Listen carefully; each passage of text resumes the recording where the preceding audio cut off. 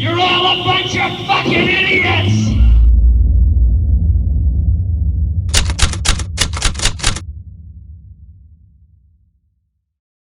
Siete un branco di fottuti idioti. Lasciate che vi si dica cosa fare. Lasciate che vi comandino a bacchetta. Quanto pensate che possa durare?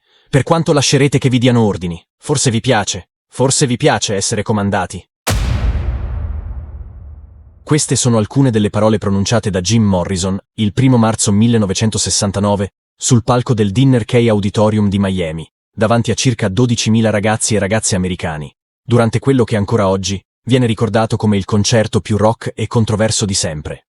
La performance del frontman dei Doors scatenò una reazione da parte di tutte le autorità locali, tanto da emettere pochi giorni più tardi un mandato di cattura nei suoi confronti, un successivo processo e infine una condanna. Comportamento osceno e lascivo, oltraggio al pudore, linguaggio blasfemo e ubriachezza. Queste furono le accuse nei suoi confronti, riportate sul mandato di arresto firmato dallo sceriffo della contea di Dade il 5 marzo del 1969. Secondo alcune testimonianze, quella sera Jim Morrison, ubriaco e alterato, durante l'esibizione con i Doors, avrebbe mostrato le sue parti intime alla folla dei 12.000 presenti.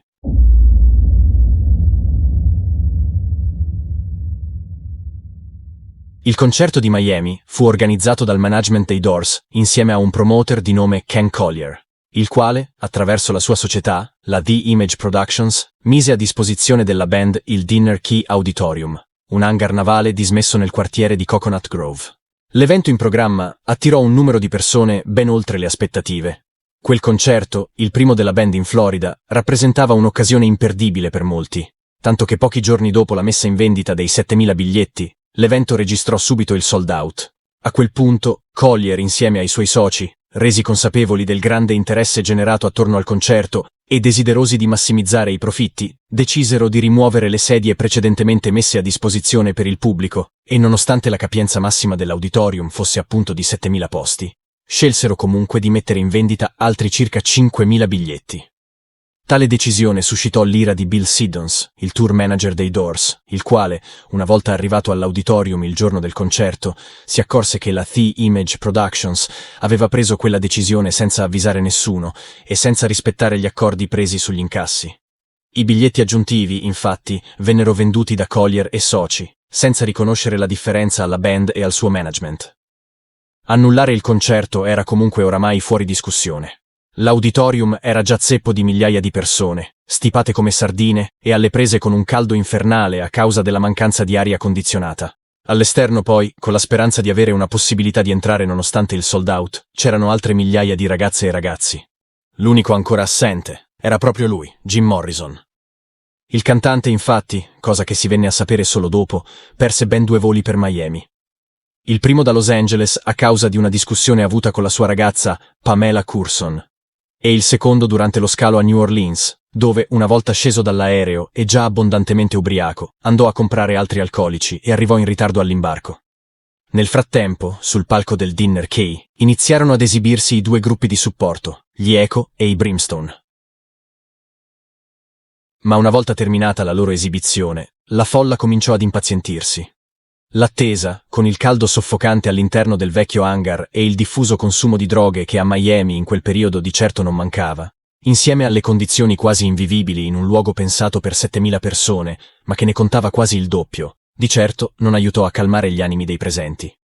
Poi tutto ad un tratto e con un'ora di ritardo, come raccontò anche un membro di una delle band di supporto, Jim Morrison entrò nei camerini, visibilmente ubriaco e su di giri.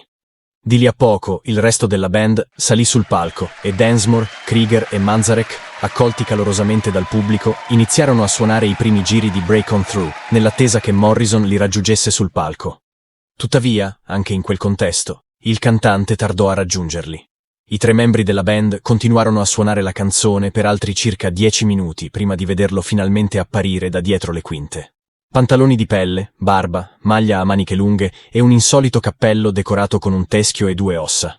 Così, dopo aver dato una rapida occhiata alle migliaia di persone presenti e ancor prima di iniziare a cantare il prossimo brano, Morrison esordì sul palco rivolgendosi direttamente al pubblico. Now look here! I ain't talking about no revolution! x-ray show. I'm talking about having a good time. Non ci volle molto perché i presenti si rendessero conto che quella sera Morrison era ubriaco e incapace di cantare, o forse, per sua scelta, nemmeno intenzionato a farlo.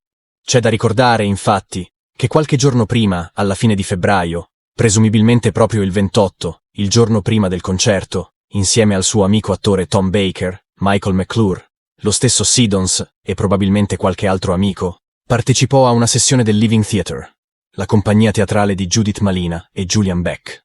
Nei loro spettacoli, l'attrice di origini tedesche e il poeta e pittore statunitense erano celebri per la loro capacità di mescolare performance teatrali con elementi di improvvisazione, affrontando questioni sociali e politiche, coinvolgendo direttamente il pubblico, invitandolo in alcuni casi a rispondere e a ribellarsi di fronte ad alcuni temi sociali, oppure a spogliarsi, abbracciarsi e a diventare protagonisti dello spettacolo stesso.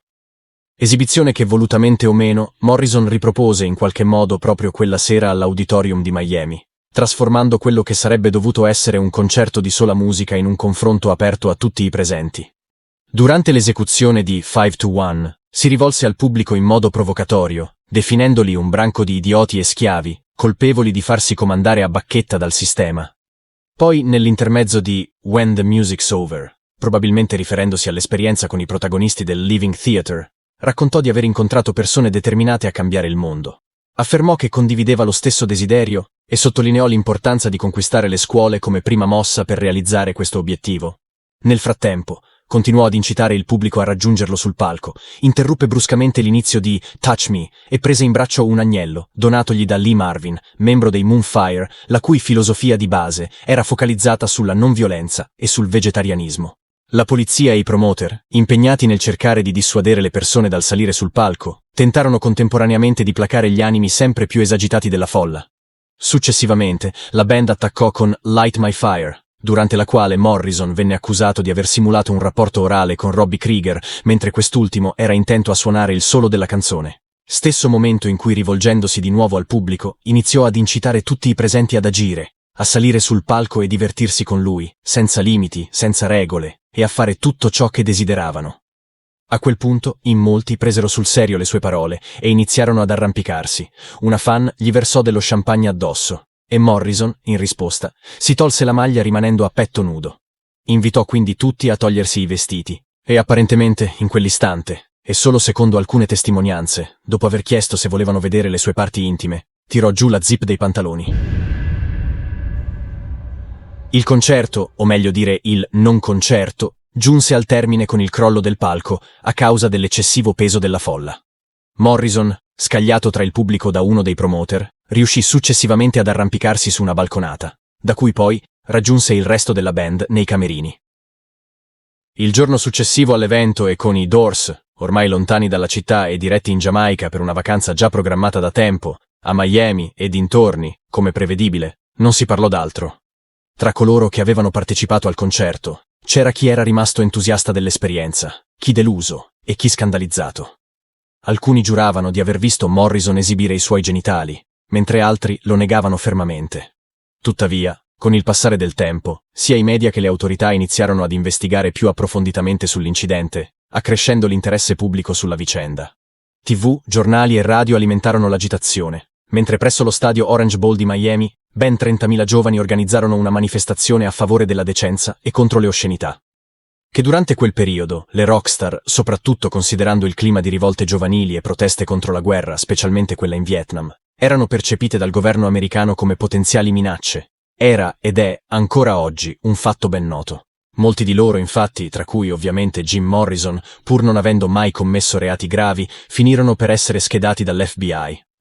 E così, quella notte all'Auditorium di Miami, con una folla tumultuosa, atti osceni, incitamenti alla rivoluzione e alla resistenza contro un governo considerato oppressivo, si trasformò nel pretesto perfetto per scatenare un caso nazionale e per punire uno dei giovani più famosi e ribelli del paese.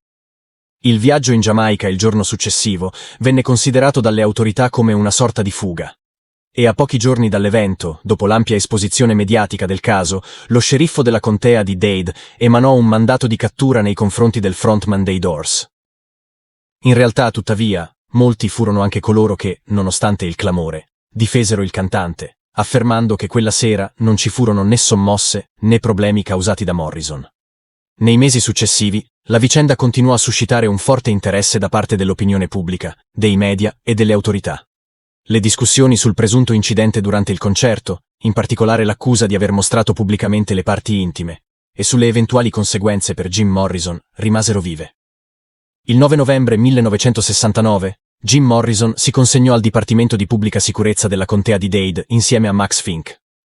Venne arrestato alle 21:50, dichiarandosi non colpevole. Poco dopo, alle 22:10, fu rilasciato dietro il pagamento di una cauzione di $5.000. Il successivo processo ebbe inizio il 10 agosto 1970, presso il Tribunale della Contea di Dade.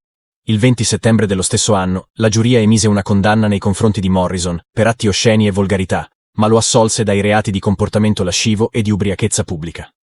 Morrison venne quindi scortato nella prigione della Contea di Dade, e successivamente rilasciato dietro il pagamento di una cauzione di $50.000.